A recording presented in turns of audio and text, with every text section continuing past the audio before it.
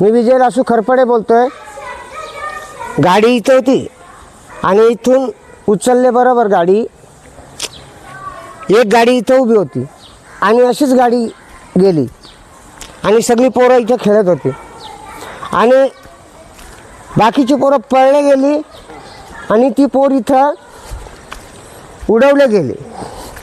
हे तिचं गुंडीसुद्धा आहे आणि हा साईडचं बटन आणि हे पिन काटा आणि तशीच गाडी इथं उडली आणि अशी क्रॉस झाली आणि एक टायरावर येऊन ह्या मुलीवर धडकली। इथून उडल्यानंतर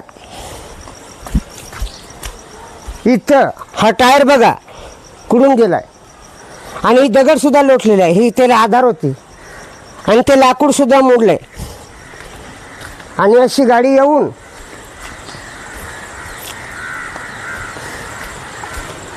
अशी गाडी आल्यानंतर ही गाडी तिसऱ्या पायऱ्यावर चढली आणि पलटी झाली। पलटी झाल्यानंतर ती पोर दवाखान्यात नेल्यानंतर आम्ही ती गाडी उचलली आणि ड्रायव्हरला काढला। गाडी कुठली आणि ही गाडी पुणे साईडची आहे, आळा फाटा म्हणून। ते कांदे नेण्यासाठी, कांदे लावायसाठी, काढायसाठी पण माणसं घ्यायला आली होती। हा तिकडनं आली होती।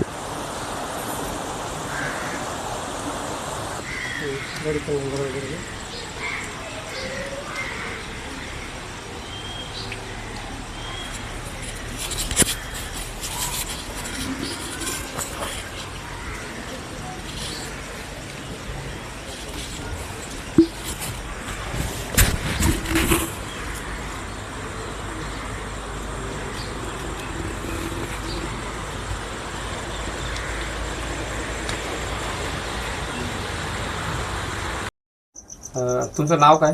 विजय लासू खरपडे। ही घटना कधी घडली? ही 20 तारखेला घडलेली आहे। घडली का? आणि किती वाजेच्या सुमारात घडली ही? 9:15 त्या मुलीचं नाव काय होतं? नाव काय? सोनम युवराज खरपडे का? हा। आणि ती शाळेमध्ये गेली होती का तयारी करून? हा। मग ती गाडी कुठल्या म्हणजे कुठली होती गाडी? ती पुणे साईडची आळा फाटा म्हणून तिकडची होती। तिकडची गाडी का? मग त्याच्यावरती काय कंप्लेंट वगैरे काय केली, केस नोंदवली का नाही? हा केस नोंदवलेला आहे, काल पंचनामा झालेला आहे।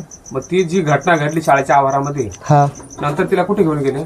तिला इथं हॉस्पिटलला नेलं पण इथं नाही घेतलं। इथे आडोशीमध्येच। तिथे डॉक्टर वगैरे होते का नव्हते? होते। डॉक्टर हा डॉक्टर नव्हते, सिस्टर होती। डॉक्टर होते का? आणि अँब्युलन्स वगैरे होती का तिथे? नव्हती, बोलवले गेले। काय वाटतं तुम्हाला, अँब्युलन्स तिथे पाहिजे का नको? पाहिजे डॉक्टर पाहिजे, कायमस्वरूपी आणि अँब्युलन्स सुद्धा पाहिजे।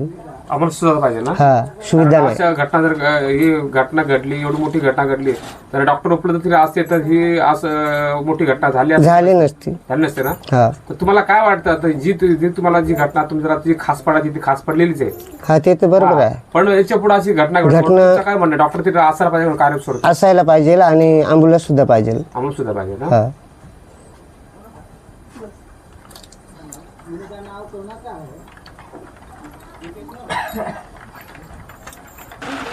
साधारण या घरामध्ये किती कुटुंब सदस्य म्हणून राहतात?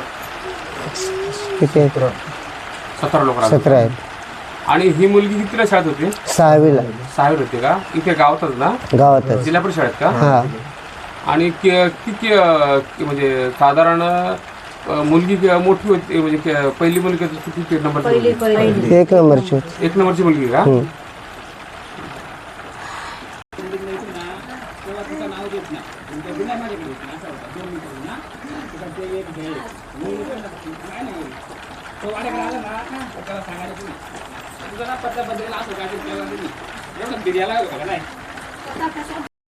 तुमचं नाव काय?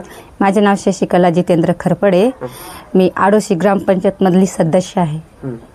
तर आपल्या इथे भरपूर मोठा दवाखाना आहे आपल्या इथं भरपूर मोठा दवाखाना आहे, पण मग ते डॉक्टर आपल्या इथं उपलब्ध कायमस्वरूपी उपलब्ध नाही असं. कायमस्वरूपी उपलब्ध नाही.